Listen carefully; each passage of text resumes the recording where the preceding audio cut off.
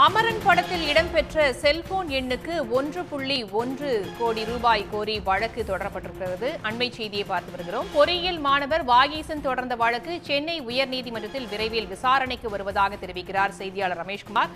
ரமேஷ்குமார், முழுமையான விவரங்களை சொல்லலாம் இந்த வழக்கை பற்றி.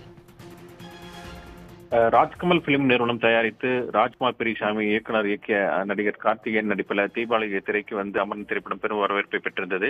இந்த திரைப்படத்துல தான் கதாநாயகி சாய் பல்லவியினுடைய மொபைல் எண் என்று தனது எண்ணை காண்பதனால பலர் அந்த எண்ணை தொடர்பு கொண்டதால தனக்கு மன உளைச்சல் ஏற்பட்டதாக கூறி சென்னை ஆழ்வார் திருநகரை சேர்ந்த வாகீசன் என்பவர் சென்னை உயர்நீதிமன்றத்தில் வழக்கு தாக்கல் செய்திருக்கிறார்.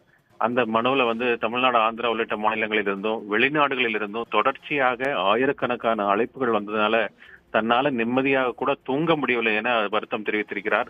இதனால் தன்னால் படிக்க முடியவில்லை, பயணிக்க முடியவில்லை என்றும் மொபைலுக்கு ஏரோப்ளேன் மோடுக்கு மாற்றுவதற்குள் நூற்றுக்கணக்கான அழைப்புகள் மன உளைச்சலுக்கு ஏற்படுத்தியுள்ளதாக குறிப்பிட்டிருக்கிறார்.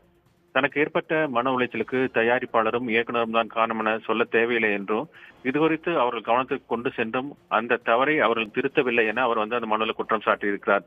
இதனால் இழப்பீடு கேட்டு நோட்டீஸ் அனுப்பிய பிறகு அழைப்புகள் தொடர்ந்து வருகின்றன என்றும் அரசியல் சாசனம் தனக்கு வழங்கிய அந்த வாழ்வுரிமை, அந்தரங்க உரிமைகள் பாதிக்கப்படுவதால் 1,10,00,000 ரூபாய் இழப்பீடாக வழங்க ராஜ்கமல் இன்டர்நேஷனல் நிறுவனத்துக்கும் இயக்குனர் ராஜ்குமார் பெரியசாமிக்கு உத்தரவிட வேண்டும் என்று அவர் கேட்டுக்கொண்டிருக்கிறார்.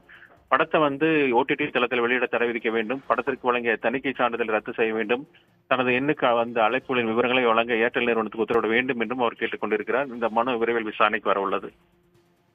தகவல்களுக்கு நன்றி ரமேஷ்குமார். செய்திகளை தெரிந்து கொள்ள சன் நியூஸ் பெல் ஐகானை கிளிக் பண்ணுங்க.